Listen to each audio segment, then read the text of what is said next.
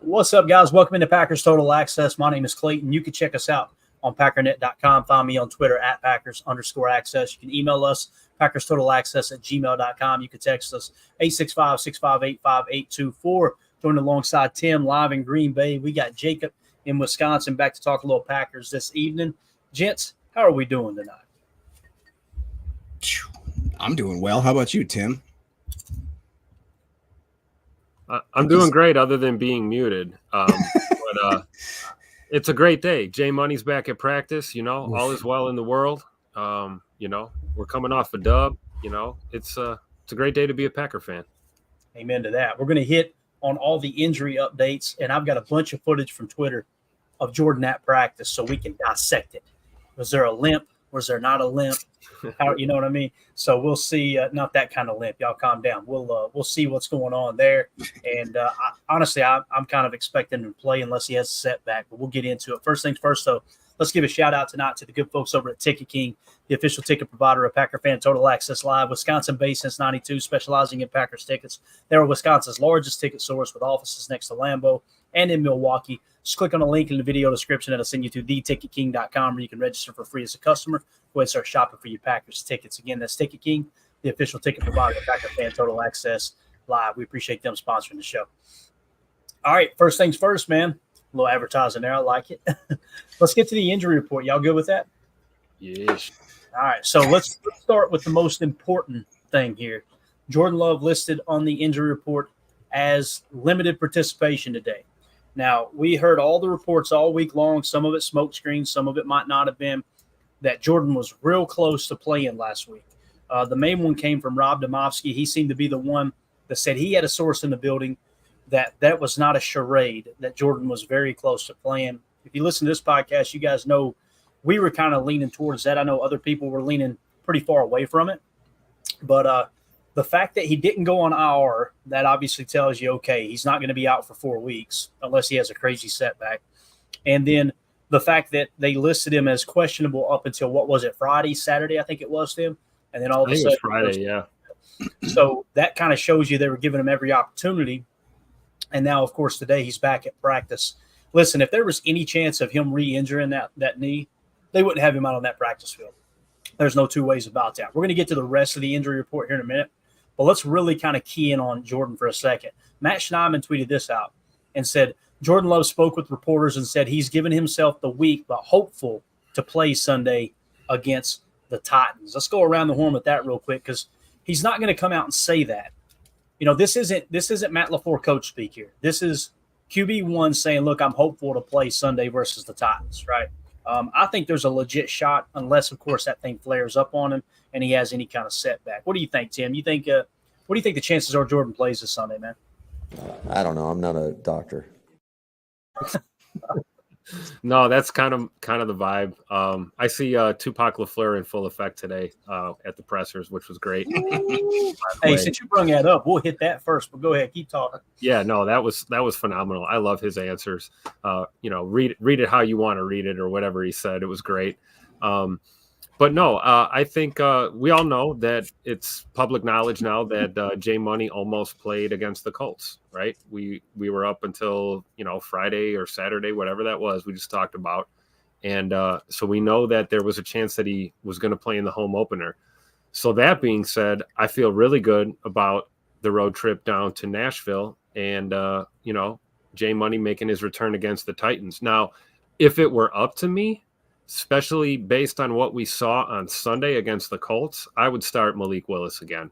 And I would let Jay Money get that extra week and be ready for a huge divisional matchup against the Minnesota Vikings and make sure we take care of that divisional game because for as much smack as we talk about the Vikings, they got themselves a team and they're playing good ball right now, and we cannot take that matchup for granted. So if it was my call, I'd let Malik Willis, run out there again, and I think we can steal a win on the road in Nashville. I really do, and give Jay Money another week of rest, come back home against the Vikings, and get it done. Keep this win streak going, but that's just my opinion. Mike, what about you? I mean, I can't help but agree with Tim basically to about 80% of that. However, if Love comes out and he just is ready, I mean, if we're just being extra precautionary because we don't want to, mess up the future. I mean, I understand that obviously with a franchise quarterback, you don't ever want to shoot yourself in the foot kind of thing. That being said, I mean, I would love to see Jordan Love play this game. But like Tim said, man, I want to toot a little bit of my own horn. I said the Vikings could be dangerous to Sam Darnold. Sam Darnold could end up turning out to have the best situation he's ever had in his career. He's surrounded by weapons. I think, unfortunately, we're seeing that come to fruition. And I would rather have a 100% or as close to 100% Jordan Love going into that game versus anything we're going to do with the Titans. I think that Malik Willis could definitely get us another win. I think Malik Willis is going to be one heck of a backup quarterback for us hopefully for some time. And that being said, I think if anything, I'd like to see what more in the bag he can get, because we saw as the game progressed that LaFleur slowly maybe started trusting him a little more. Maybe he started trusting his flow a little bit more. And we talked about that quarterback rotation, and we all had our own opinions on obviously everything from the Jordan Love contract stuff. And then we started talking about the backups, and obviously with Pratt and the way that ended up. To be where we are after all of that kind of quarterback carousel, I think we're in a pretty darn good position, but that's just me.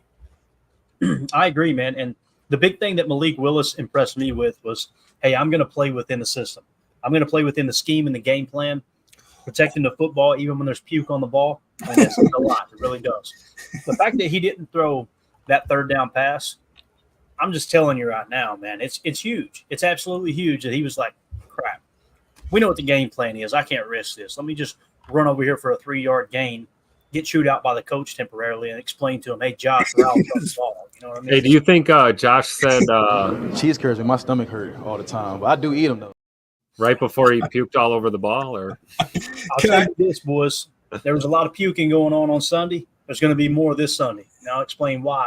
In this tweet I put Green Bay Packers head coach Matt LaFleur was asked about Jordan Love's participation in practice today. He also mentioned Josh Jacobs is getting extra rest and the extreme weather conditions they're going to be facing in Nashville. The latest game time forecast is 94 degrees. Ooh. It's temperature. That's not heat index. So here's what Coach LaFleur had to say. This is about 2 minutes and 34 seconds long.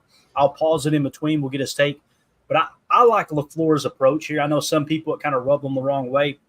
Here's the thing. The coaches and the players have to meet with the media.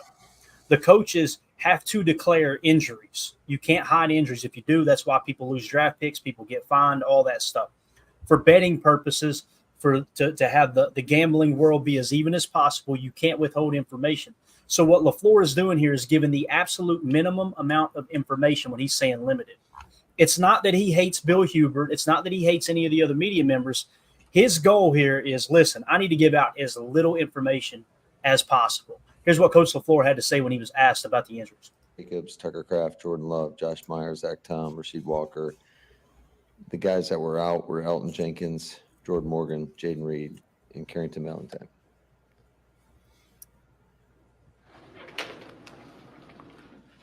So what was Jordan able to do for you today? He was limited, Bill. Was he able to do team? He was limited. Jeez. Yes or no on team? He was limited. Tupac He LaFleur? was limited. Take that however you want. And regardless of how limited he may or may not have been, what does it mean to have him out there? Yeah, I think it's always great to have your quarterback out there, but we'll see how he progresses throughout the course of the week. And obviously, Malik needs reps if he's going to play. Just how new he is. Sound nervous they are. Yeah. I'm not asking you how many reps Jordan took, but how do you get two guys potentially ready, especially one that needs Sit your butt outside. That's always a challenge, and so I think throughout the course of the week, hopefully you get a better indication, and that kind of leads to some of the decisions that you have to make. Is Jacobs okay? Did you just work him so extensively? So he's asking about Josh Jacobs now. This is important information. Needed a little time or? Yeah, I think he'll be fine. I'm not concerned about him. He said he felt great after the game. It's just, it's the life of a running back, I would say, in this league, especially when you get 30-plus carries in a game. How did, overall the kind of condition where the guy was in after the hot game?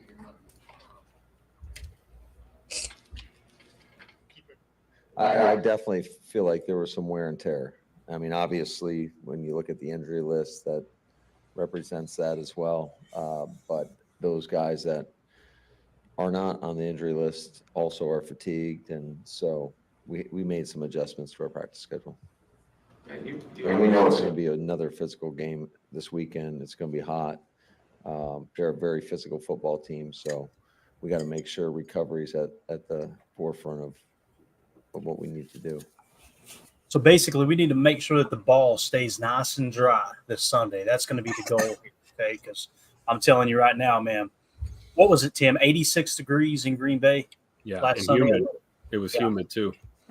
94 with that Nashville humidity. Now, we might luck up when you get kind of early fall down here in Tennessee. Sometimes the air gets a little drier. I know here in Northeast Tennessee, it's fairly dry right now.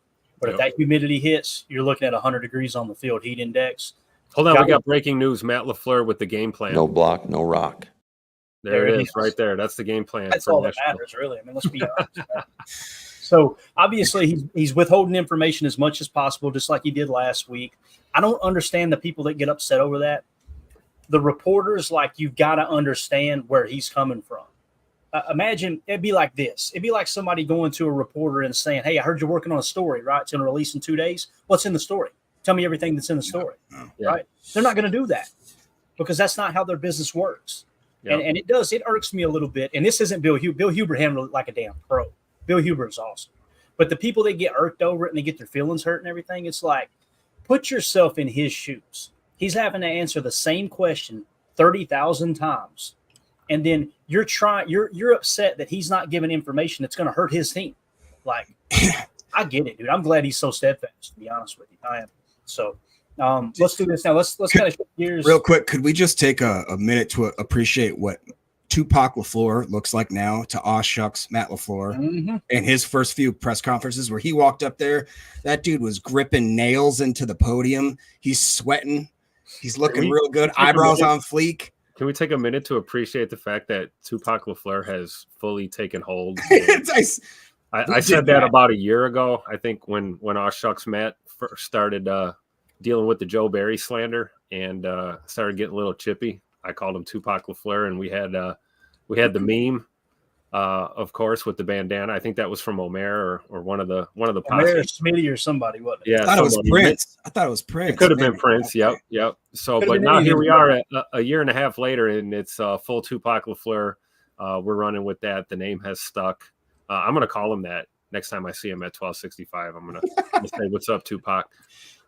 So this tweet right here came out from John Miller at NBC 26. This is the clip I like. The tight ends came up to Jordan, and it looks like, I'm just kind of reading between the lines here, but it looks like Sean Clifford is introducing Jordan Love to the tight ends like they've never met before. Check it out. Are they going to shake hands? It's like he's been gone for so long. Look at Malik Willis and Sean Clifford. Already got that chemistry. I love it. Sean Clifford, dude, is such an important person on this team. He brings that looseness. I guarantee you the number one person outside of the coaching staff that helped Malik Willis get ready for last week was Sean Clifford. No doubt about it. I'm sure Jordan helped too, but Sean Clifford, knowing how to run a scout team and knowing what the other team's looking to accomplish and just giving little tidbits on the scheme, because the reality is outside of Jordan Love, Sean Clifford probably knows this system more than anybody that's on the roster right now. The quarterbacks always know more than just about anybody. So I thought that was cool. Now, again, with the practice clips here, to me, and again, this is not there's never full contact in practice, obviously. This isn't 11-on-11, but I see no limitation there. I don't know about you guys. There's nothing that seems like he's hobbling. It doesn't seem like he's down in his spirits. To me, he seems like he's completely healthy. I hope that's the case. So, we'll move on to another practice shot here real quick. I just want to get these out of the way because I compiled a bunch of them. This is our guy, Bill Huber, one of my favorite follows on Twitter. No Jaden Reed, Jordan Morgan, or Elton Jenkins for the Packers today. Valentine went through stretch, but stayed inside. This guy is back, though. And then obviously here's Jordan taking a couple snaps on the row. Got the sleeve on the leg. You see it there, right? Looks fine though. Again, this isn't nothing crazy strenuous, but my man looks good to go. If he doesn't have setbacks, I'm expecting him to play. I was just going to say, seeing that right there, little rollout. You know, he doesn't look like he's favoring it or anything. He looks like he's going to be fine. I'm changing my opinion. I think he's probably going to go on Sunday. I wouldn't mind seeing Malik Willis again, though. Honestly, I have the utmost faith in our backup now. And you bring up a great point too. I mean, worst comes to worst, even if we were down to, Clifford the big red dog, I think we'd be all right, honestly. So, may the healthiest quarterback start on Sunday. I guess that's the goal. Is it crazy to say you guys are obviously much more versed in the mechanics and stuff? It doesn't seem like that's his plant leg, right? Like the predominant of his throws are going to be on his healthier right leg, and he's going to use that left leg to kind of just kick it out, as you see right here. And as Ron was talking about, it looks like he does have a little bit of a brace going on there. Absolutely. But, it just doesn't look like that it's impeding him that much. Am I crazy? Or this is like Rashawn Gary at camp last year, coming off that ACL, and he had the sleeve on the knee, and he was slowly but surely moving more and more. And then next thing we knew, he was back in 100%. And that's what it looks like with Jordan here. I think you're right, Jacob. Like, as far as him dropping back, I mean, really, it's that right leg that's, probably a little bit more of a focal point in a 3 or 5 step drop. But what I'm looking here is the RPO or the play action boots is, can he turn that corner? Does he have that mobility? And he looks like he's moving pretty well here. Now, granted, this is like, child's play. This is like half speed. Right. We're just dinking and dunking, going through the motions here at practice. This is what LaFleur was talking about when he said limited. That's probably all they let Jordan do today, was stuff like that. I'm sure he wasn't running super hard. Yeah, and to answer your question, Jacob, in my opinion, the back leg is the drive leg. That's where you're generating all your power from, right? So that's the more important leg of the two. Now, if you're rolling right, as you've seen there, if anybody who's got a baseball pass or history, when you're rolling right, you're throwing off that right leg. When you let the ball go, whether it's baseball or football, your right foot is on the ground when you're throwing. When you're rolling left, that's a different story. So what you may see with the game plan, Matt LaFleur loves to run boot left. He loves it because against a right-handed quarterback, there's very few quarterbacks in the NFL that can roll left as a right-hander and throw back across their body with that arm strength. Jordan's one of the best in the league at it, at least the early samples that we've seen of him. So I think you'll probably see less boot left if he does play, and really hardly any limitations boot right, although they may tone back the boot leg and just let him. Here's the thing. If you implement Jordan into the game plan and have the same game plan that you had last week, right, that you have with Malik Willis, minus the quarterback draw, that's an upgrade over Malik Willis because of his understanding of the offense and being able to get to every protection, every play call, everything within the playbook. That's why, again, if the doctor says, "Hey, man, it's a risk if he goes this week," I don't want him playing. Did we see Malik Can out of anything on Sunday? I don't remember seeing it one time. I don't think I remember seeing that either. No. So that's what you're talking about there, Clayton, is like Jordan brings that factor of he can look at that secondary, identify the mic, identify your safety, and then check out if you need to. And he learned that from Aaron Rodgers. So I think Malik Willis being the new kid on the block right now, you're a little limited in that fashion. If anything, you almost, want to keep him limited as far as his ability to can out of plays, because he could can to the wrong play or the wrong read and get us in trouble. Yeah. I will say, when you guys watched that game, was that not just the most odd experience to watch a game that I personally, in my opinion, I have never watched a Packer game like that, where it's just, we know we're going to run the ball and we're going to do it efficiently over and over and over. And even when you try to stop us, every now and then we'll have a quarterback that can come up. One thing I was going to ask you earlier, Clayton and Tim, like I said, you guys are very more well-versed in the mechanics of stuff.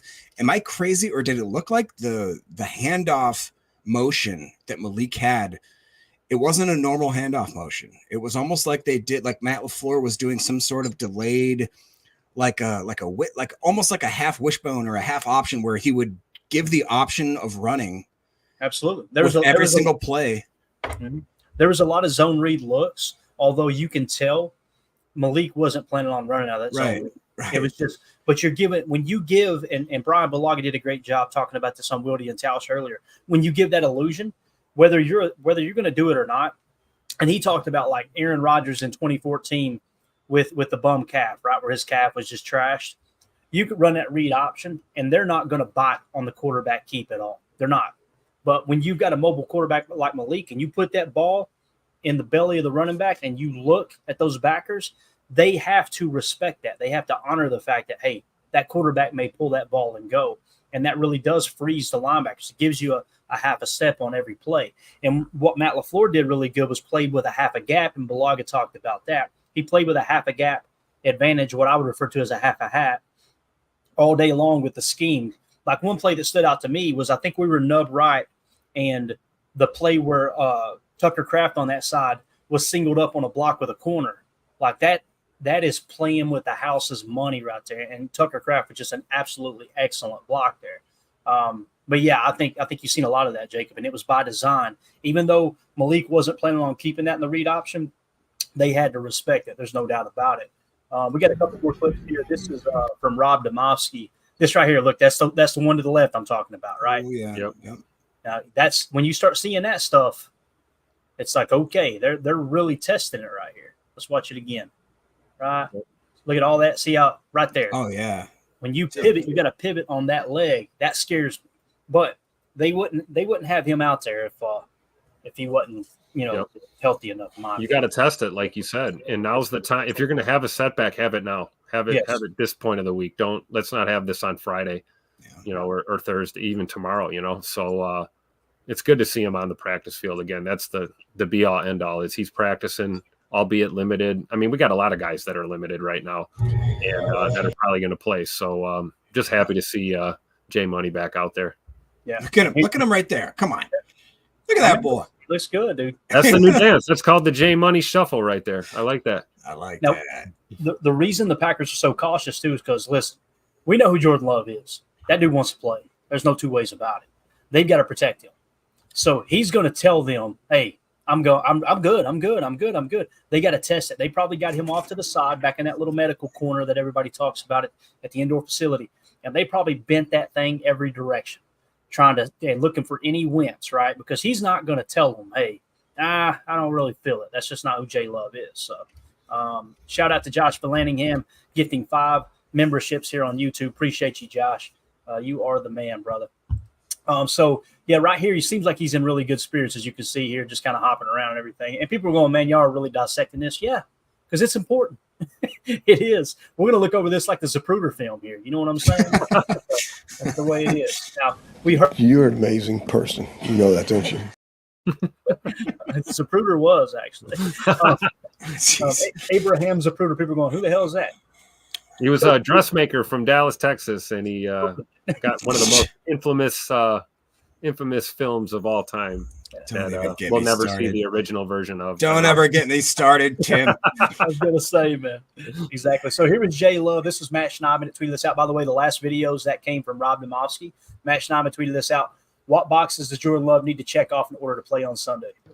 Yeah, I mean, there's a lot of boxes. Obviously, I think getting back to practice and doing that and just, feeling what it feels like to take those drops, being the live fire, things like that.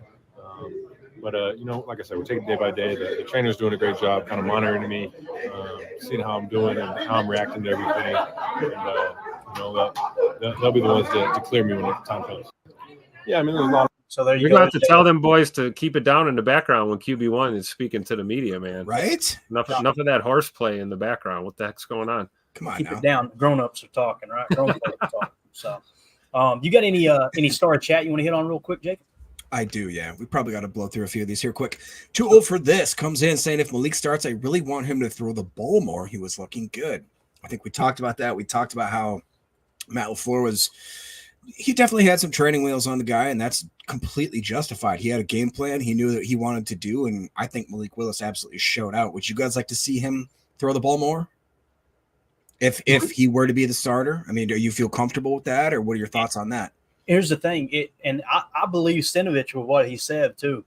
It depends on what the defense is showing. That's what it comes down to, right? Because what they did in the first half, and Everybody roasted them all day long. Let me give a shout out real quick. Thank you so much, Bates.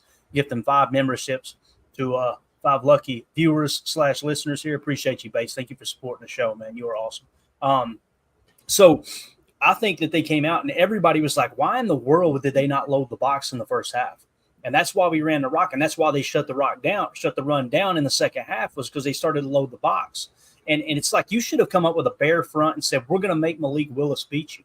And if they did that, I think we would have threw the football. Now, you guys remember the Romeo Dobbs, Mawson, the defender there that we showed on Chalk Talk yesterday? What was it? It was single covers. They were loading the box, single high, one-on-one on the outside, and we kind of broke it down. Did he mean to underthrow it on purpose? If so, great job. Did he underthrow it, not mean to? That's a little bit troublesome if that's the case. Nonetheless, Romeo Dobbs went up and got it. But I think it's absolutely huge, man. I do. So go ahead, Jake. Yeah. No, I completely agree. Mr. R.E. Iron Miner, Vikings are dangerous. NFL has parity. NFL North, brutal. I completely agree with that, man. We never, like I said, everybody thinks they're so smart going into the season. All of a sudden it happens and you're like, oh, boy. All right. 2-0 for this again says, as long as sitting Love doesn't mean going rusty, basically, in the Minnesota game, that's a divisional game that we cannot take chances on. That was, I'd probably say, my biggest hindrance of if he is even, if he's 80, 90% and we're just worried about him not re-injuring it, I would have to think of more of what like he said, what the rust would do to that. What do you guys think about that going into I know it's my favorite game of the year because you guys know where I live, but I think it's a very real thing, Tim. What do you think, man, about the rust? Sitting that long and not playing. Yeah, I agree. But that's also something that Jay Money could probably shake off within a series, maybe a series or two, and be back to where he needs to be. However, that being said, I mean, looking at what we just saw from today and then seeing him at the locker room there, I would fully anticipate tomorrow we see him probably still limited, but they're pushing that limit a little further as we get closer to the weekend. And Jordan said himself, testing it, seeing how much you can push it, see where that pain threshold is, see what the bottom line is going to be going into this weekend. I think at the very least he plays against the Vikings, but I think he's going to play in Nashville. I do. I'm retracting my statement. I don't think he necessarily needs that rest, although it may be better safe than sorry kind of mentality. But like you said at the top, Clayton, if this guy's cleared and he's looking good, they're going to start him. I mean, this is every game counts in the season. You know that. We cannot afford to drop one. Not to say that we would if Malik Willis was our quarterback, but you got to have QB1 out there as much as possible. So I think he probably goes this weekend. And if he goes this weekend, he should play against the Vikings and have no rust. So we'll be all good. If there's no setback, absolutely. Here's the other thing, too. I said that if we had lost to we just play the Colts. If we had lost to the Colts, maybe you get a little more aggressive with Jordan. Maybe you go into Tennessee, and I've said this. I think I'm the only person that's ever said this, and maybe everyone else thinks it's stupid. That's okay. You're probably all right. But what if you go in with the plan of starting Malik, you dress Jordan, right? See how the game goes. If you jump out to an early lead, you got everything under control. You got Jordan in the bullpen ready to come in if things get – and maybe you kind of handle this game the same way you did with the Colts. You control the turnover differential. By the way, Will Levis is giving out interceptions like damn Christmas presents, boys. Let's hope that continues, right?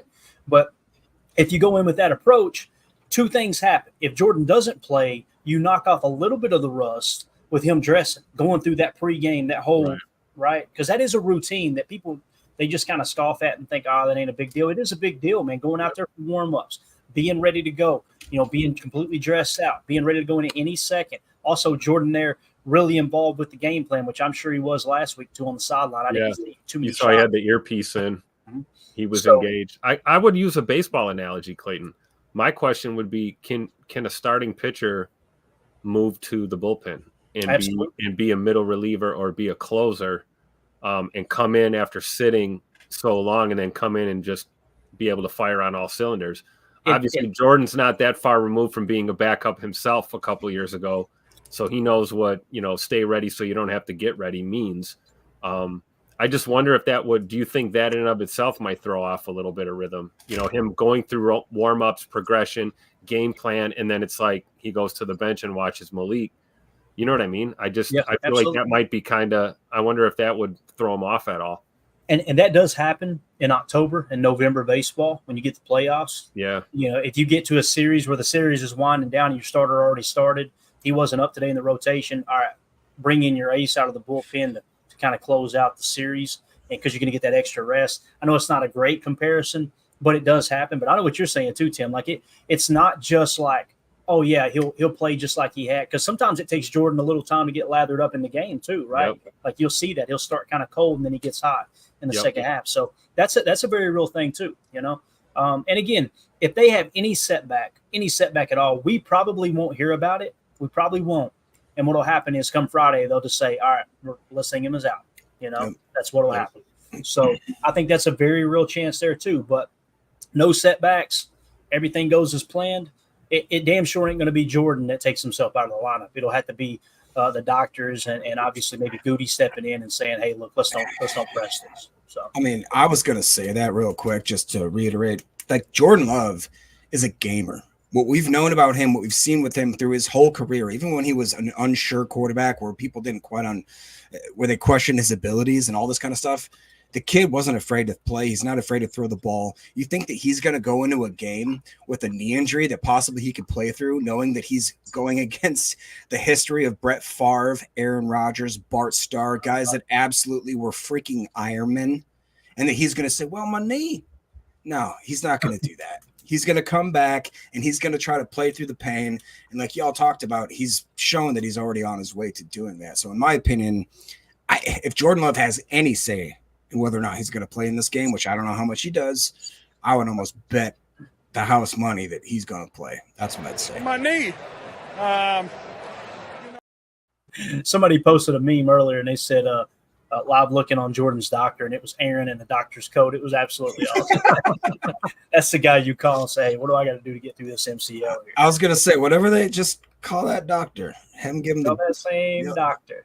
The old Aaron Rodgers. The old perk game. Gotta love. So Turtles says, I'm sure the low amount of throws had to do with him still learning the offense. I'm sure he's talking about Malik. He should start to be more comfortable now. I completely agree with that. And he was 12 for 14 on Sunday, right? Yeah. I mean, he threw the ball. It's just, I think. He has one of the highest quarterback percentages in the league right now. I think what people are saying is we'd like to see, some more 20, 25 yard plus shot play type of throws rather than the quick hitters. But I'll take it, man. Yeah. And I've got it right here, actually. NFL stats, best passer rating in week 2. Number 1, Kyler Murray at 158.3. Second in the league, Malik Willis, 126.8. It's just wild. And again, it was only 12 throws, or how was it? 14 throws, 12 throws? 14, I believe. Yeah. And here's what's crazy. One of those two, his adjusted percentage, they actually wiped one of those incompletions off. So his completion percentage was like in the 90s. So his adjusted completion percentage, I should say. So one of those wasn't even ruled his fault, which is crazy. So he was on, man. And it's amazing how people will kind of rise to the occasion when someone believes it. I've got some Patreon questions here we need to hammer out, Jacob. Is that cool if we go ahead and hit those, or do you got anything else you want to hit there, man? Yeah, can I just blast through a couple of these real quick? So Turtle says, my friend's a Dolphins fan, says Chris Brooks, he's a guy we just signed on the practice squad. Matt LaFleur actually said, too, that he's really impressed with his running style. I looked him up. I'm kind of excited about his running style, man. He's exciting to watch. He's a guy that maybe if, God forbid, some injuries happen, if he ends up on this lineup, I'm telling you, dude, just keep an eye out. We got some backups coming in here. Heard it from a fan right here. No, go ahead, Paul. Paul B's just saying Tennessee D-line is no joke, though. That's true. I completely believe that. And then So Turtles once again said, I would sit him this week too, but I want the Willis revenge game. I think everybody wants the Willis revenge game except for other than Willis, right? Other than Malik Willis. I don't think his brain even operates that way. Did you hear his comment, Tim? No, I didn't, but I can imagine it was humble as hell and exactly what you'd want a guy to say. Yes. It was awesome, Tim. He basically said, no, there's none of that. They gave me an opportunity this league, and I'm forever grateful for that. It's like, boy, you're a better man than me. I'm telling you. My attitude is like, are you going to give up on me? Woo! That's all I need. Somebody to doubt me, man. Just doubt me. I'm begging for it. It's awesome that he's so wise beyond his years. There's no two ways about it, man. Yep. So, all right, let's hit some of these Patreon questions in our Patreon group.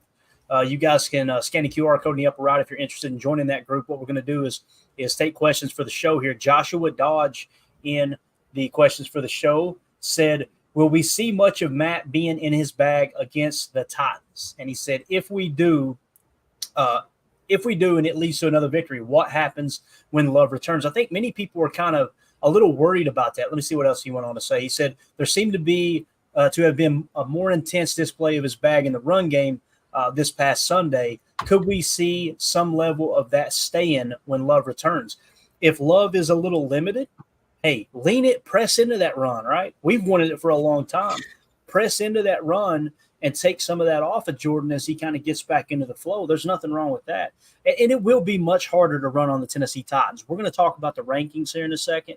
I think it will be more difficult to run on the Titans than it was, obviously, the Colts, who is arguably the worst run defense in the league. But when people say, man, the Titans have a strong defensive front, they do. They don't have a better defensive front than Philadelphia. And Right. The Packers went toe-to-toe with Philly, right? That was a great measuring stick, I think, for the Packers. So I agree 100%, Clayton. I think that's spot on. I think you lean on the run. You're on the road. You know what I mean? Like, and here's the thing.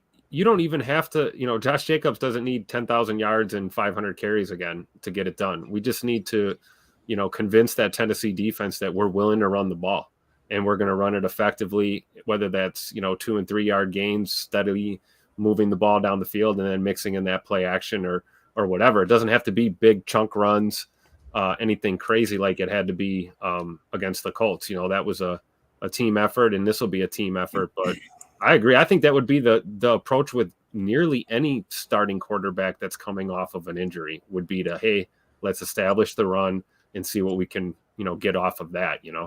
And if I would have to bet, Clayton, you can tell me I'm wrong, but I lived in Nashville for about 4 or 5 years. The Tennessee Titans never have a home game. Sorry, guys. There's just, especially when you're playing the Packers, you're going to have just as many Packer fans there / random just drunk people that just want to watch football. And so the Packers could utilize that a little bit and not have to worry so much. This isn't quite, again, almost like the Eagles game. It's not quite I'm not calling this a road game, dude. I'm calling this like a tweener game. Yeah. I guarantee you might see more Packer fans at this game than Titans. I'll give you an example of that. We've got 2 extra tickets, some of the best seats in the house, got access to a private club area where basically if it gets too hot, we can go in there and sit watching on the TV. It's almost like a mini atrium at Lambeau, but it overlooks the field. Really cool. I think what we're going to do, though, I'm going to reach out to a local Boys and Girls Club in Nashville and say, hey, do y'all have anybody that could chaperone for a kid? You got a kid that's kind of underprivileged that would like to go to a Titans game and give it to them, Now, they're going to have to get used to me screaming in their ear. That's the problem they're going to have to deal with. But we'll do something for the kiddies there if we don't find a taker for that ticket. But Nebraska Rev, another question here, says, hi, Clayton. Thanks for all your work. Well, I got him tricked. No, I truly appreciate your solo shows. I love the guys, but I learn more when you're solo. Is there any reason you can get out of here, Tim? Sit your butt outside. Is there any reason that you can see that it's so hard to get a completion to Christian Watson? I found a stat on RotoWire that gives yards per snap for receivers. Watson is 0.71, Reed 1.26, Dobbs is 1.29. Why is it so hard to get him the ball? I think what you're seeing, Rev, I think Matt LaFleur and Jordan Love and just everyone in general on the Packers offensive staff learned from their mistake last year. If you go back and watch the first quarter of the season last year, one of the reasons that Jordan struggled is he was trying to force the ball to Christian Watson over and over. And there were bad throws. People were blaming Christian. Christian was getting raked over the coals. They were horribly accurate throws like that. It was so bad. We showed it over and over and over. Underthrows that were getting picked. Well, Watson needs to do a double back tuck and break that ball up. It's like, what the hell are we talking about? It's a bad throw. So I think they were pressing too much. I think they learned from their mistake, and you're seeing kind of the fruits of the labor here. Like you go into this year and go, look, we're going to just play within the scheme. We're not going to try to force the ball to Christian. I think his opportunities will come. To the best of my knowledge, he doesn't have a drop yet. Now, he hasn't been targeted a whole lot. Like some people were saying in the back of the end zone there against Philly, that was on him. That was not on him. That was a bad throw. That throw was overthrown, and the announcer said he slipped. He didn't slip. He didn't slip on that play. That was a bad throw. Now, when I say his receiving, it's tough. Brett. When I say bad throw, it was a safe throw. It was where only Christian could get it, if anyone, and it wasn't going to be picked. So I don't really fault Jordan for the way he threw that ball. But yeah, I think he'll be fine. I do, Rev. Here's the thing that I really like. We showed it, didn't we, on Chalk Talk, Tim? How many times do we see Christian Watson getting up there and run blocking, bro? Like he was such a Did y'all know that, if I'm not mistaken, you can fact check me in the chat here, but as far as I saw today, out of 40 minimum snaps right now, he is the third highest blocking wide receiver in the NFL, guys. You can't tell me that Christian Watson is not making an impact, and a freaking drastic one, on this team. That tells you that he is so humble, he is so team-based, and he knows that what his skill set is, that's how he helps us win in a game where we don't have our starting quarterback, and he has to do that. That's everybody on that team. And if they're not seeing the field. If they're not bought in, we're not seeing them play. You know, this is guys that are playing for each other.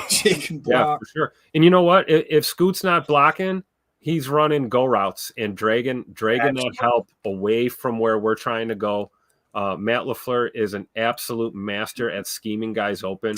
And I think it's just a matter of time before we see Scoot get a little more targets, you know. Yeah. Even some of the routes, they're sending him on, over the middle a lot, you know, especially against man, dragging a man away and, freeing up stuff underneath, that kind of thing. So he's drawing attention, and whether or not he's getting targets or not, he's contributing to this offense in more ways than one, for sure. Coach Lynn on the same page there. Have you seen Watson blocking? He is fine. That will set up deep passes later this year, guaranteed. Here's the thing, too. That's not a shot at Nebraska, Rev. What he's saying there is accurate. Those numbers are true, right? So I think it's a great question, Rev, but really key in on what he's doing in the other aspects of the game. I know you're not roasting him. You're just simply asking, like, hey, why are we not being able to get him more touches? And I completely understand. I think, again, I go back to the first quarter of last season. That's my answer. It's like, I think they learned from that experience, and they're going to be more efficient here early on, get off to a little bit better start. Murph in the Patreon group says, what do you think the general fan expectations for Narveson? Field goal percentage, extra points percentage, etc. Man, I tell you, it's tough, Murph, because you basically got like 5 to 7 kickers that are just lights out. Now, arguably the best kicker in the league struggling right now in our boy Justin Tucker. So you don't hear anybody hollering for him to get cut, right? So to me, it feels like if you're 80% or higher, you're kind of okay. There's the majority of the league is kind of in that range, it feels like, and I could be wrong this year. I haven't really looked at it because I'm a little burnout on kicker talk. I ain't gonna lie. But we really hit it in the training camp, no doubt about it, giving updates every day. And neither of those guys are on made the, you know what I mean? We got a different kicker. It's hilarious. We wasted all that time talking about those two guys. But I kind of feel like it's kind of par for the course, man. They're looking to catch lightning in a bottle with Narveson. I personally like Narveson better than the other two kickers we have. I feel like his kicks have looked more consistent. I know he pushed that one right, but if you're telling me our kicker can hit 3 or 4 kicks and hit both extra points, so essentially an extra point is not a give me anymore, guys, right? Like it's the way it's pushed back with the new rules. So people say, he went 3 for 4. I really think he went 5 for 6 is the way I see it with those extra points. So I don't know. Again, you compare it across the league, his numbers aren't quite as good as those top tier guys, obviously, but I'm not too concerned with it. But your question was, what are the fans' expectations? I think a certain portion of the fan expectation is always, we better have the best damn kicker in the league or we're not doing it. Well, yeah. I mean, those guys are in Baltimore and in Houston right now. Fairbairn in Houston is lights out as well. And I think even he had a miss this weekend as well. So if you're expecting perfection, you're going to be disappointed because they all miss. It happens. It's part of the game. And as far as what to expect from Narveson, I would just, look at Anders Carlson's season last year. I think that's how we're going to approach this. We're going to keep sending him out there. We're going to believe in him. We're going to give him a chance to make these kicks. He's going to have some bumps in the road, and we're going to stick with him because, quite frankly, we don't have any other options right now, and we can't keep playing musical chairs at that position. We need to get some consistency, especially if we're going to make a push into the playoffs. So I fully expect Braden to have have his kicking game on point by the middle part towards the end of the season. I think we just got to be patient with him. Yeah, Prince in the chat says, "Thank God for the return of Kicker Talk. Put it straight into my veins." So, with that being said, that's the end of hour 1. For those of you listening on the pod, we'll see you on the other side for hour 2. Appreciate y'all. Kicker Talk will require $10 minimum super chats, and then we'll go right into the Kicker Talk. That'll make it worth it, right? There you go. Said Murph says in the Patreon group, if they decide to have Jordan rest for one more game, do you think we can duplicate the results of the past week? Also, do you all think that Malik played enough for them to know his tendencies? Practice reps are one thing, but game reps are another. I don't think so, Murph. I really don't. Again, the concept we seen the flood, the F-zipper flood concept. We seen a little slot cross with a check down underneath with a leak to Tucker Kraft. I don't think if Malik Willis goes out there and plays, I don't think the Titans seen anything from a Packers game plan's perspective with him in the lineup. Like, we need to key in on this, right? Other than stop the run. Here's the other thing, though. The Titans know Malik Willis better than anyone, right? He's been on their roster forever. So that is another kind of give and Do you take. think Matt would open up the playbook a little more if in fact Malik does play this week, second week in a row? Do you think he's got a little bit more to cook with? And see, that's the part of the practice we don't see, right? We don't see the walkthroughs. We don't see what they're doing specifically game plan wise. They kick the media out for that. So we don't know behind the scenes, guys, what could be happening is Malik Willis could be taking all the walkthrough reps and they're prepping him to start. And then Jordan might not even be in the plan to start. That could be the smoke screen we're talking about. And if that's the case, Tim, yeah, I think they're probably throwing some more layers on. If Jordan's taking the walkthrough reps and all that stuff and kind of the 11-on-11 stuff, and not necessarily the full 11-on-11 because obviously he's limited. If he's not taking those, or if he is taking those, then maybe Malik Willis isn't going to get a little more in depth with it. You know what I'm saying? Other than just taking those mental reps, watching Jordan. But Dave Colvin in the Patreon group says, do you think the D-line's lower PFF grade and lack of sacks is a reflection of the game plan to play contain on the two mobile quarterbacks played the last 2 weeks? I think it was effective and believe this coming week will show more of the potential playing against a more traditional style quarterback. This leads to the second question. Are you predicting a step up in stats and grades this coming week in the D-line? I could see it, Dave, but I've already watched the Titans' first 2 games on all 22, and I went through and kind of combed through all of Will Levis's snaps. Will Levis is a very mobile quarterback. He's as athletic as any quarterback in the league, just about, aside from the top tier guys, right? Like your Lamar Jacksons, your Malik Willis, who, by the way, was clocked as the fastest quarterback in the league last week at over 19 miles an hour. Yeah. That quarterback draw, he was clocked at 19. I think it was like 19 and a half miles an hour. Fastest quarterback clock last week. So outside of that top tier, Malik Willis can move. Will Levis can move. But based off of the tape that I've seen, now he's antsy in the pocket, and rightfully so. He's got some pressure in his lap most of the time, but he's not really looking to sprint out of the pocket. He's just trying to create those secondary windows. And boy, has he screwed the pooch in the first couple of weeks. I'm telling you. I don't know if you guys seen the video. I should pull it up, man, where he goes over to the sideline after fumbling that ball that last game, and the coach literally on the TV copy says, "What the F are you doing?" That's what he said. And then you seen Levis just pull his helmet down over his eyes. And then in the presser, they said, what was it? What was it that you said to Levis on that fumble? He said, "I'm pretty sure everybody's seen exactly what I said to him." And he wasn't sugarcoating it, bro. So you know what he said? He said, "Edit D's." How about that? So let's see here. Let's hit this United. Well, let me finish this question real quick. Keep that up there, though, Jacob, so I don't forget it, bub. To answer your question, Dave, we might get one more week of that conservative rush, because what you're noticing with Levis is you want to keep him in the pocket and press that pocket on him. I don't think they'll just go pin their ears back and blitz. I think it was 2 of the 3 interceptions he threw was a 4-man rush. The other was just a 5-man rush. So you don't have to blitz a lot. Get them in 3rd and long, right? And listen, Tony Pollard's a good back. He really is. But get them in 3rd and long and make him play from within the pocket and put 7 in coverage. That should be the goal, right? And if you're not hitting home, then okay, maybe just have 6 in coverage and bring that extra 5th guy. But personally, I think it'll probably be in between what we've seen in these first 2 weeks, because those guys were a greater threat to run the football than Will, but Will does have mobility. So hopefully that answers your question. And then Dave Copeland says, is Quay Walker going to start getting assists in the stat column for X's interceptions? That's not how it works. But Dave, I've been very vocal, man. We should, because I'm telling you, him covering on that Tampa 2 look, man, Quay is damn good in coverage, in my opinion. And I know PFF, his grade's kind of low in that regard, but when I watch him in coverage, that's what he does. And here's the thing. You go from these spread offenses, that was the big thing in the league for so long. And everybody started going with these very, very athletic linebackers. You get away from the A.J. Hawk, right, who's kind of that head thumper, and you get to your Devondre Campbells. You get to your, they put Clay Matthews at mock there for a year or two, right?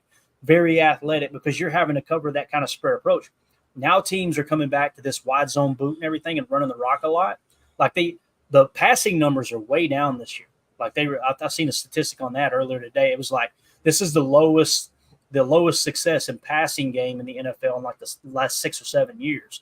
So it might be cyclical and come back around, or where you got to start getting those thumpers back in there. Quay is not a thumper in that regard. He's not a guy who's going to get in there and hammer those run gaps.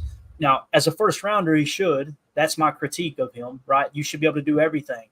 But his superpower is his athletic ability to be able to cover the pass. So, I think that I love what you said there, Dave. I really do, because I do think he needs to get more credit in that regard. But, boy, he doesn't deserve an ounce of credit in his run defense right now. We got to call it like it is. Okay. And hopefully you get that done. Yeah, so, I think you see the hesitancy when he hits those. We talk about him blowing gap assignments, and I think it's because we saw that last year. And now you see him, as soon as he gets downhill, you see him kind of pull up, shuffle the feet, and he's almost like second-guessing himself because he doesn't want to wash himself out of a play, or he doesn't want to get caught in the wrong gap. And then what ends up happening is he's just in the middle of the field, defending a blade of grass, and that doesn't help us. But to your point, Clayton, I don't think it's fair to fully dog this guy. I mean, he's incredible in coverage, and there are a lot of athletic linebackers in the NFL, but there aren't that many middle linebackers that can really run stride for stride down the field with a receiver or a tight end or a running back and legitimately cover them. And Quay is one of those guys. And it's got to be said and noted, you can't completely dog this guy out yet. And, it's a lot of ball game left, as they say. So as a defensive hopefully he gets better. As a defense coordinator too, Tim, you just got to put him in a position to do what he does well, If you like the will, like put him at the will.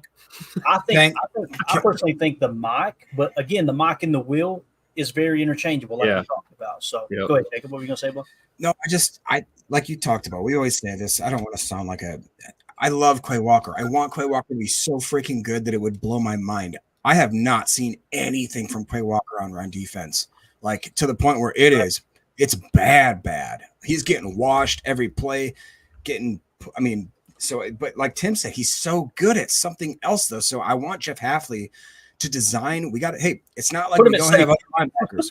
No, but maybe we tried that with Tariq Carpenter a couple years ago. I was going to say, I really don't. I mean this almost like in a certain way that like I need Jeff Hafley to figure out you got a weapon, figure out how to use him, figure out how to bring in Edgerrin Cooper, because again, the guy with the most limited amount of snaps is showing like he's just better. I don't know if safety is the answer. Have you seen our safety room? No, that's what I'm saying. I'm not saying safety.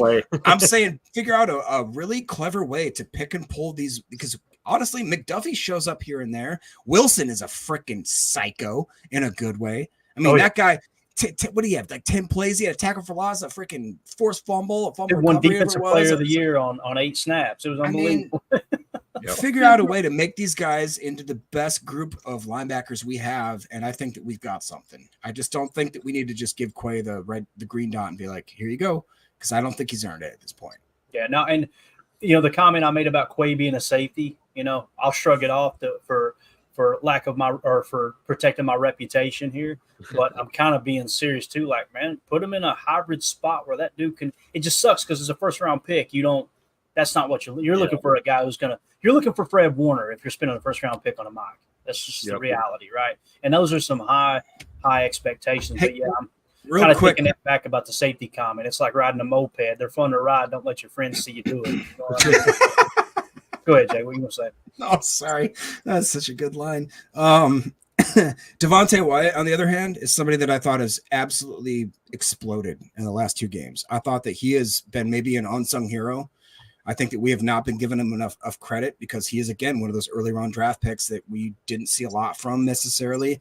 I think that what he's been doing, especially this last game, what did he have? Like 4 disruptive plays, 2 pressures, attack for a loss, a sack. I thought Devontae Wyatt absolutely showed why we drafted him the way we did. Yeah. Thick.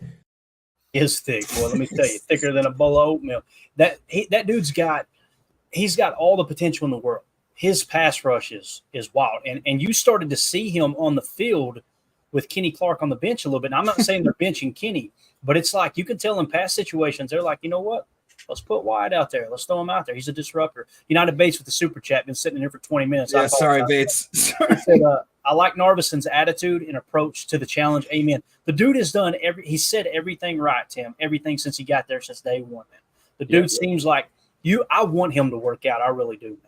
Yeah. And again, his kicks, I feel like they look better than Anders. They look better than Greg Joseph's. Now, is that saying a lot? I don't know. I'm not a kicking expert, nor do I play one on TV, but I really like Narvison's approach, man. I do. Yeah, shout out to Bates. $10 on the nose. We're back talking kicker. There it is. Bates knows something about following orders, so salute. Semper Fi, brother. But yeah, I like Narvison's attitude as well. I like the comment about the nerves. You know, anybody who says they don't get nervous is, you know, full of it. Everybody gets nervous, and it's important to acknowledge that. I think that shows a lot of character. A guy a little wiser beyond his years, maybe, for a young player. So I think he's just going to improve. You know, a good attitude will get you a lot further than you think in football and in life. And he's got his head on screwed on straight. And I think the kicks are going to follow. I think the kicks will start to straighten themselves out. I do hate that he seems to be having issues from that left hash, just like Anders was last year. So we'll see. Time will tell. But I'm with Bates, man. I'm behind Narvison 100%. And hey, he's the guy. So I think we should all get behind him. Yeah, absolutely. And again, shout out to everybody in the Patreon group. Thank you for the questions. If you're interested in joining our Patreon group, just scan that QR code in the upper right. That'll send you to Packer Fan Total Access on Patreon. You can go to patreon.com/Packer Fan Total Access, or just go to patreon.com, search for Packer Fan Total Access. We got a really cool community growing in there. Appreciate everybody supporting in that regard. Josh Vallandigham gifting 5 new memberships here to the YouTube channel. Again, man, you and Bates, bro, I'll tell you what, paying the mortgage this month. You guys are awesome. We appreciate you more than you know, man. Here's some guys. Let's talk about where these teams rank. Is that cool with you guys? Let's kind of see, all right, what are we dealing with in terms of, let's just go right down the line here. You guys know the most important statistic, I think, offensively, personally, is points per play, okay? And this is obviously on offense. So let's look at the top offenses in the league right now as it stands in points per play. You got New Orleans, Buffalo, Arizona, Tampa Bay, Kansas City, Minnesota, Dallas, New York Jets. Look at New York Jets with Aaron Rodgers over, baby. I love it. I love to see it now that there's no draft picks on the line for us. LA Chargers, Seattle, Philadelphia, Indianapolis, and then Green Bay coming in at 0.36. So we are the 13th highest scoring offense in points per play. I'm pretty sure points per game is the same. So where is Tennessee on this list? They are 24th at 0.281. So 2 games in, different levels of competition, obviously. They played the Bears. They might as well play Podunk University that first week, right?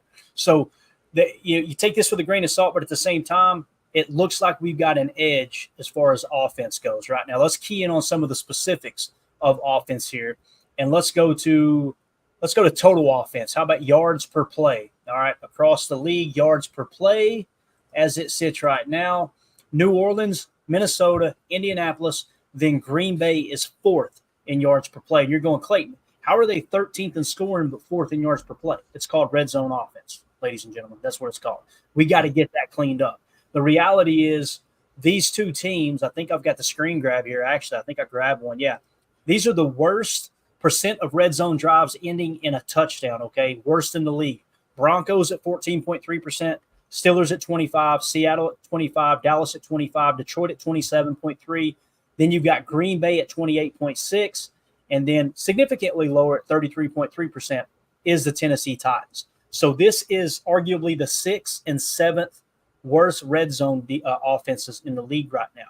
Which team's going to button that up? I have a feeling that Green Bay has the edge there as well. So in moving the ball, yards per play overall, Green Bay 4th in the league.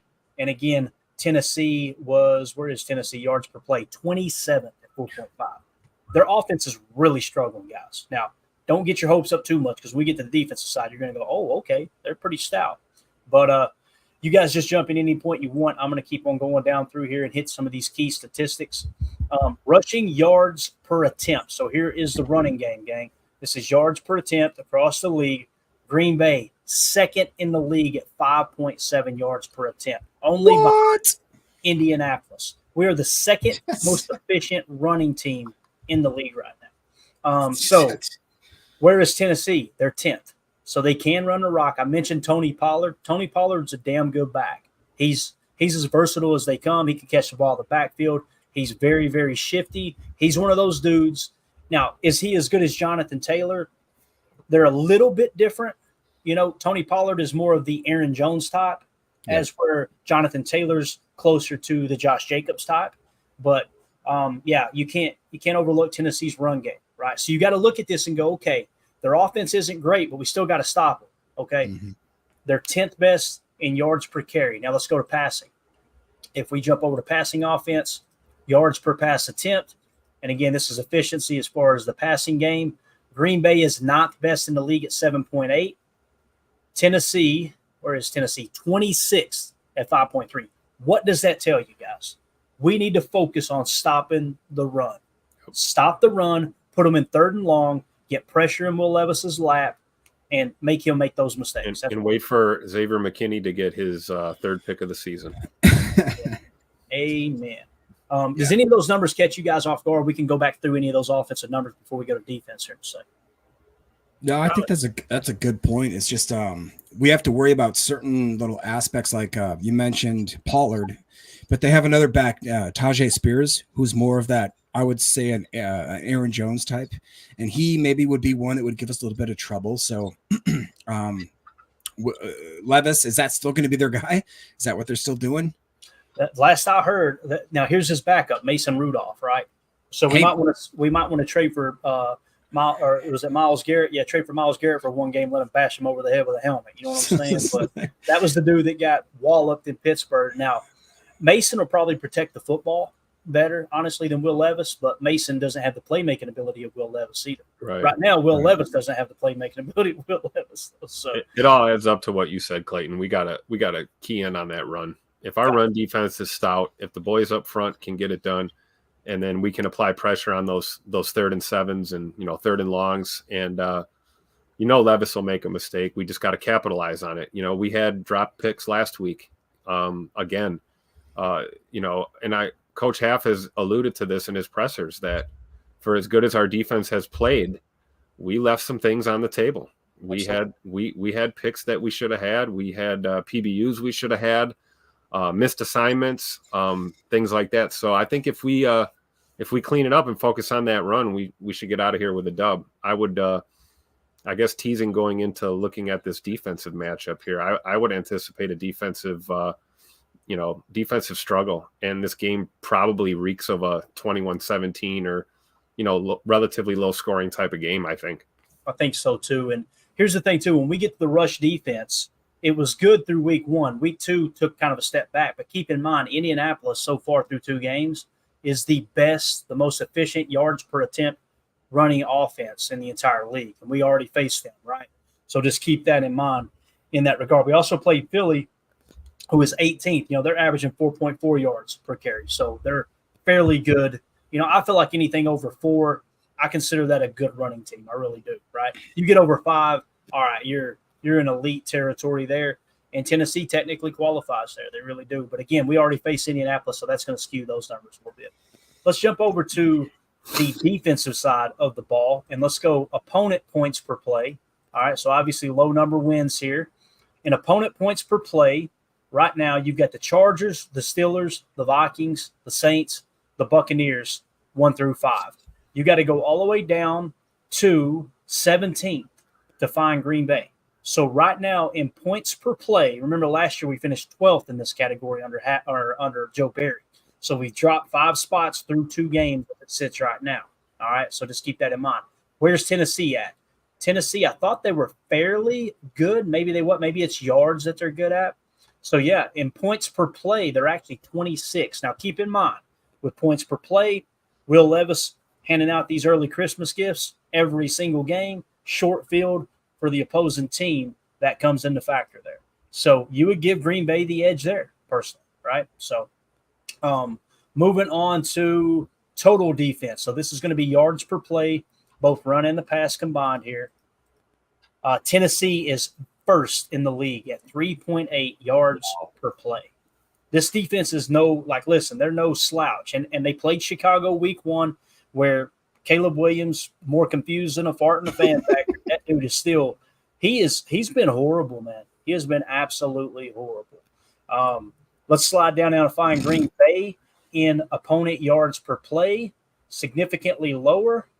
They're 26th at 5.9. The reality is, numbers-wise, the Packers' defense has taken a step back through 2 games from last year. Now, why did the Packers – why were they able to hold the Colts to 10 points? Why were the Packers able to have themselves in that game in Philly? Turnovers. They're putting a strong emphasis on turnovers. So what we got to do, man, we really got to make Will Levis beat us here. Got to stop the run. Got to. And that'll bring that yards per play down. And I think looking at Tennessee, their number 1 opponent yards per play, I would run right at them. I still think we do this on the ground, and we play action boot off of that all day long. I don't care if it's Malik or Jordan Love as our quarterback. You know, we can respect them and that defense, but we're not going to let them beat us on reputation. I would go right at them, our ones on their ones, and make them make those plays. Like I said, we don't have to run roughshod all day long and break off chunk plays, but if we're showing that we're consistently willing to run the ball and can do it at least somewhat effectively, it's going to give us more success against a really good defense rather than, putting our QB in a situation where he's constantly dropping back and, maybe under pressure and, having to get rid of the ball. I would lighten up that defense with the run game for sure, especially considering who we have. I mean, I know Marshawn Lloyd's out of the picture now for a little while, but Josh Jacobs is a workhorse. Emmanuel freaking Wilson is a workhorse. Yeesh. I mean, we can running back by committee. We just who's this guy we just brought up? He's Brooks. Brooks is an athletic freak. So I think if we stay committed to at least not bailing on the run game, we know Coach LaFleur has a tendency to do that from time to time. Just when we were getting that run game going, we get away from it, and we're running naked boot action, and there's no run to set that up, and the defense doesn't buy it. So I think we got to just stick with the run against them. You know what? The more I listen to you guys talk, real quick, sorry, Clayton. What you talked about earlier, dude, kind of makes a lot of sense. Why don't we go in there? We see what's going on with Malik Willis. We see if we can run this ball down their throat, like Tim just said. If we do, keep doing it. Make them stop us to do the most basic stuff that we have to do to win this game. If they don't, okay, then let's bring in Jordan Love and just watch him torch you guys because you don't match up with us. That to me sounds actually pretty freaking logical. Now remember, they're number 1 in the league in points per play allowed. So let's go to yards per play. Let's go to yards per play on offense. Here's who they played. The Chicago Bears, which we know is Dookie. Look, they're dead last, okay? And the New York Jets in yards per play is 20th right now. And again, it's just 2 games, and one of those games obviously was against the Titans, so that does say that they're good. But just wanted to throw that out there. Let's move on to rushing defense real quick, all right? So let's go yards per rush attempt allowed, all right? So Tennessee against the run is 10th at 4.0. So they're giving up 4 yards per attempt, all right? Green Bay has now dropped after playing Indy to 27th. Got to put emphasis on the run defense. You got to this week. I'm telling you, that's going to be the blueprint for Tennessee to beat Green Bay is trying to run the ball. Because, I mean, that's what, 7th from the bottom there is Green Bay as it sits right now. Now, again, you played that's the reason I pointed out Indianapolis. You played statistically the best rushing offense in the league through 2 weeks. Okay. So you got to keep that in mind. So they do have the advantage there. They got a legit good run defense through 2 weeks, they being Tennessee. Now let's go to passing defense real quick. Real quick again. United Bates just doing Bates stuff, you know. Oh, man. Thank you, Bates. We appreciate it, buddy. Gifting Appreciate 5 more you. memberships. You are awesome, bub. All right, so this is passing yards or yards per pass attempt. Tennessee is second at stopping the pass. So when you look at through 2 weeks, I'm going to keep emphasizing that. Y'all are going to get tired of hearing it. Through 2 weeks, their weak spot, albeit it's not a glaring weak spot, is their run defense. This goes right with what you're saying, Tim. We need to establish the run and do it very, very early, man. Very early. And you do that not by trying to hit your head against the wall in the A and B gap. You do it with everything you did last week. People were going, they're not going to be able to trick Tennessee with the stuff they did. The hell they're not.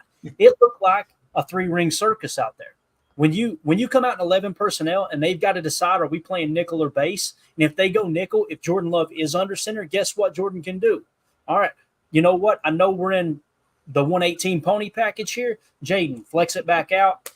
Audible at the line of scrimmage. Now you got a backer on a receiver. You got the mismatch you want. If they choose to go nickel, you stick with the 118 pony and run that stuff that you ran last week, right? I think you can do that. I think that's on the table. There's no doubt about it. But again, they've got a great pass defense in that regard. Green Bay has dropped to 20th at 6.8. So they definitely, hands down, statistically have the better defense right now than Green Bay. So you're seeing the defensive advantage tilt pretty heavily in Tennessee's favor. You're seeing the offensive advantage tilt very heavily in Green Bay's favor. So you're going to get two heads cracking. It's going to be a lot of fun, man. It's going to be a fun game to watch, no doubt. I just hate that it's going to be hotter than Hades down there. But Josh Vallandigham, I swear, man. Him and Bates. They're going back and forth. It's like a weird battle going on right now. Ain't nothing weird about it. We appreciate it. So there you go. Yards per pass attempt. Again, Tennessee, man. That's how they're sitting right now. We're at, the 111 mark, so we can hit a couple other things here. Turnovers. Now people were going, how in the world? I thought Green Bay's defense been doing pretty good. They held Indy to 10 points, right? Let's go to takeaways per game, all right? This is takeaways per game.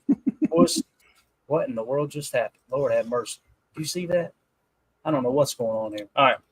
Takeaways per game. Is that still up? It is. Green Bay is first in the entire league at 3 takeaways per game. Woo. All right.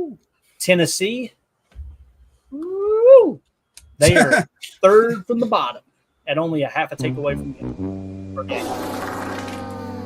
So, once again, what should the game plan be for Green Bay, at least on the surface? We're not talking about one-on-one matchups yet. It should be load the box, stop the run, right? Have at least – I would play a lot of cover 3 on Will Levis, and if you need to fire 5 and have 3 underneath, that's cool. Make him layer those throws the same way we did with Anthony Richardson. Key in on stopping that run. We stopped the run fairly well in the first half, if I remember correctly, against Indy.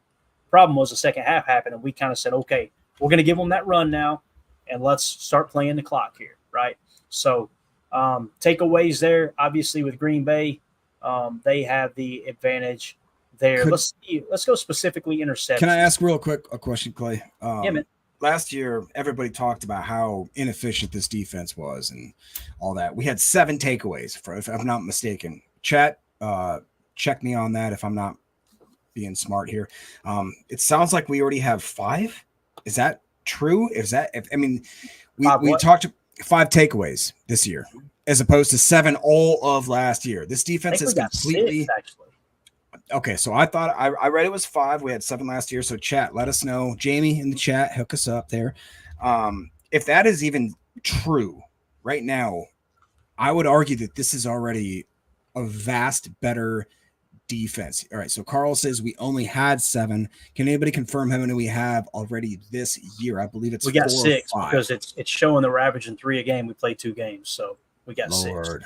I mean, I'm telling you, there is something cooking here, guys. Mm-hmm. As much as we got it, yeah. And that's like you said, the emphasis. Yes, sir. Yep. That's exactly the thing when you play the ball, right? You're putting an emphasis on being ball hawks. You're going to give up plays. It's going to happen. It's bound to happen. So we can't get too frustrated, when that sort of thing happens from time to time. But I'll take the aggressiveness and playing the ball all day because like Clayton just said, I mean, three turnovers a game, 3 takeaways a game here through 2 games. I mean, clearly this change in vision is effective right now. And we've got ball hawking playmakers on this defense. I almost cursed there. I'm sorry. Get a little fired up and sweaty when I'm talking defense, but no, this is just part of it, you know. So when you got guys flying around trying to make plays, you know, the occasional ball over the top or, you know, breaking off a chunk run. We saw, you know, one of those against Indy. We saw more than one of those against Philly. I'm sure we'll see some more this year. It's not the end of the world. It's kind of like the new definition of bend but don't break, right? You know, we're willing to give up the occasional explosive if it means that we're going to walk away with, you know, 2 or 3 or 4 takeaways every game. Do you think it's fair right here, like Jason's just saying right here, Tim? Like basically what you just said. You can't say the defense isn't doing their job. This is the identity they wanted. Exactly. Speak it into existence. This is what Hafley preached from the moment his plane landed in Green Bay when he was living at Lodge Kohler doing pressers. He said this from day one. It's a new mindset. There's an emphasis on rallying to the ball carrier. Clayton and I talked about this last night on Chalk Talk. I mean, you can go back, pick any random plays you want on defense, and everybody is in there ripping at that ball every possession, ripping at it, punching at it. We got guys going for picks, PBUs. That's the type of defense I think we're talking about when we say aggressive. You know, we always talk about, you know, conflating aggressiveness with press man or whatever. I don't think that's the case. Aggressiveness is rallying to the football, you know, gang tackles, those kind of things. And we're seeing it with Hafley's defense for sure. And since we were talking about the run, right, we're saying, okay, the key to Green Bay's game is going to be to establish the run and then obviously stopping the run. Let's focus on stopping the run here before we run out of time. Tony Pollard in week 1, this was his run chart, okay? Wide left, 3 attempts for 47 yards and a tutter. Inside left, 4 attempts for 7 yards, not much at all. Inside right, 4 attempts for 21 yards. Outside right or wide right, 5 attempts for 7 yards. So obviously they're running wide left in week 1 on Chicago really, really well, right? So now let's hop up here and let's go to week 2 and look at the run chart for Tony Pollard. And let's see, this was against the Jets. So the run chart in week 2, Tony Pollard, look at that. Average 6 yards a carry, wide left, 6 yards a carry inside left, and then only less than a yard a carry inside right, and a little over 2 yards a carry outside right. Their strength is running to the left. So when you come up to stop the run game against Tennessee, we need to put emphasis on trying to play, no matter if they're strong right or not. Let's really take away their left side of the field. Now, here's the thing, too. You got to not only key into that, we don't have the information here. If you go watch the tape, you can see, are they running weak outside more than they're running strong outside? That tendency matters, too. But regardless, it seems like the left side of their line is blocking way better than the right side right now. So just check that on the game plan as well, right? You want to put emphasis on that. These are the things I guarantee you Jeff Hafley's looking at. Yeah, 100%. Does Taylor Lewan still play for the Titans? Taylor Lewan, that smart guy that got on the podcast and said that the Malik Willis is a horrible player and all that kind of stuff. Yeah, he's been out of the game for a little bit for sure. Oh, that's a shame. Yeah.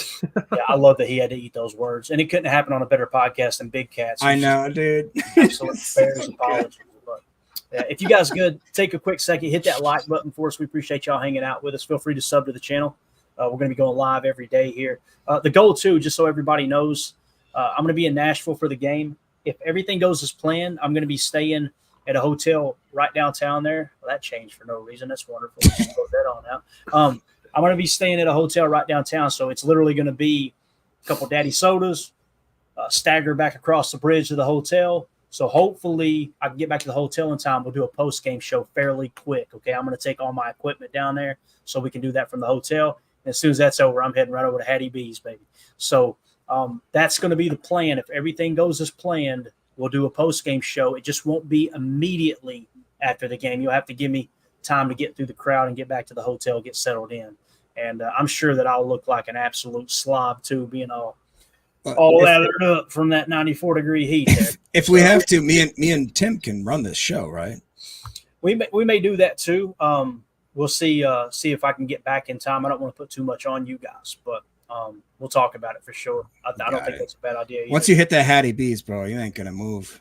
I'm telling you. For a while. I've been seeing this banana pudding everybody talking about. So, Hardy the Prophet just became a member here on YouTube. Appreciate you, buddy. Thank you for joining the PTA Posse. You are the man. Anything else you guys want to hit on, Tim? Is there anything that we didn't cover that you're thinking, hey, I think this is important?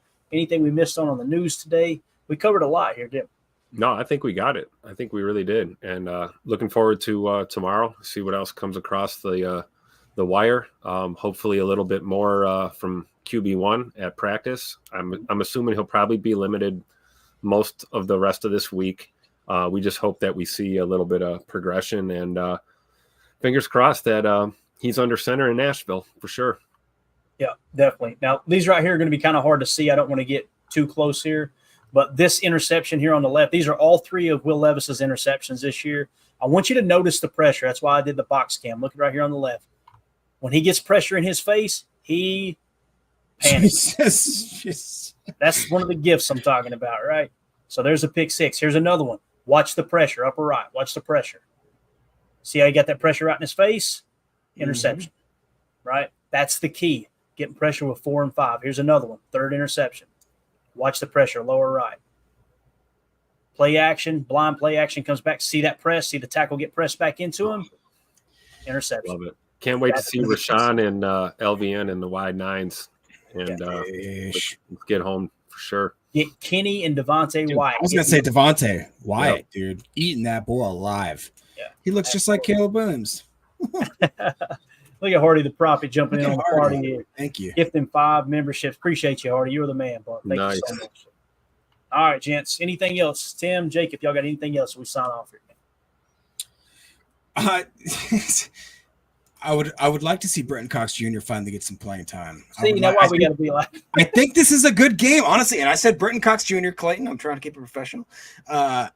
I want to see, because honestly, this is one of those games where literally, I think if you want to chase Will Levis around like a freaking chicken with his head cut off, do it.